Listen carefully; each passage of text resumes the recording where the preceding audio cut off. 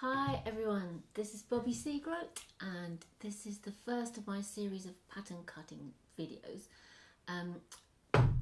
Starting right from the beginning. If you don't know anything at all about pattern cutting, this will be really good for you. My series is for my classes, which are called atelier classes, and if you want to come for classes with me, just contact me via the video and on YouTube, and we can talk about it. Anyway, I'm just going to do a pretty quick resume of all the tools you will need. You don't need too many. The only thing that you will need, that you almost certainly will not have unless you've done it before, is a thing called a pattern master. I'll just put it down flat so that my overhead camera can see it. It's a very useful tool when you're pattern cutting, mainly for putting on seam allowances, centimetre, half centimetre divisions. We have 90 degrees, so you can use it like a set square. It's got 45 degrees for bias grain lines, that type of thing. That is called a pattern master. And I would just advise that you don't get the very cheap versions, because they're just not good to use and they're really flimsy and got loads of static on them, so I wouldn't use those at all. Anyway, that's a pattern master. Okay, and then the other basic tools you need to start off with is a technical pencil, paper scissors, and masking tape. So those are the really basic tools that you need, and there's a few other ones here which I will just quickly explain to you. So technical pencil used to be called a propelling pencil in the olden days,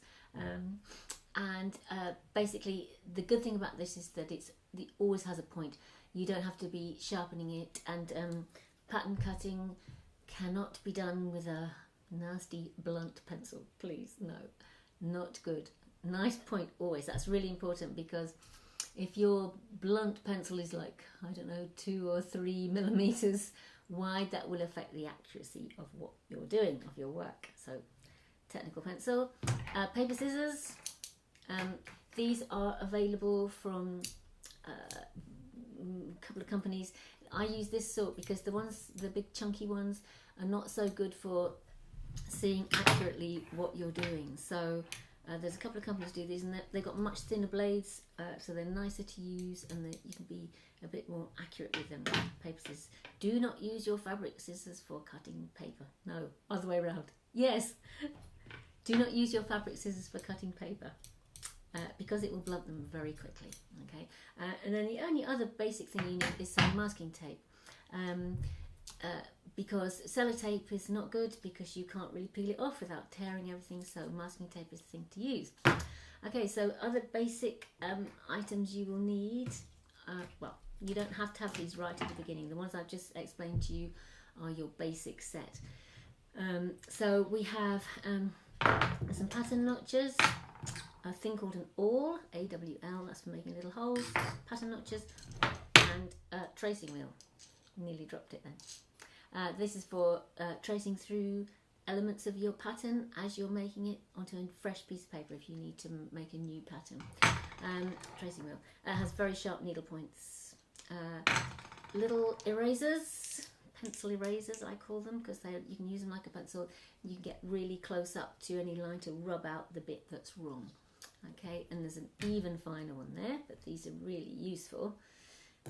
And then we have all the let's just move these out of the way. Notches, by the way, are for making notches on blocks more than patterns.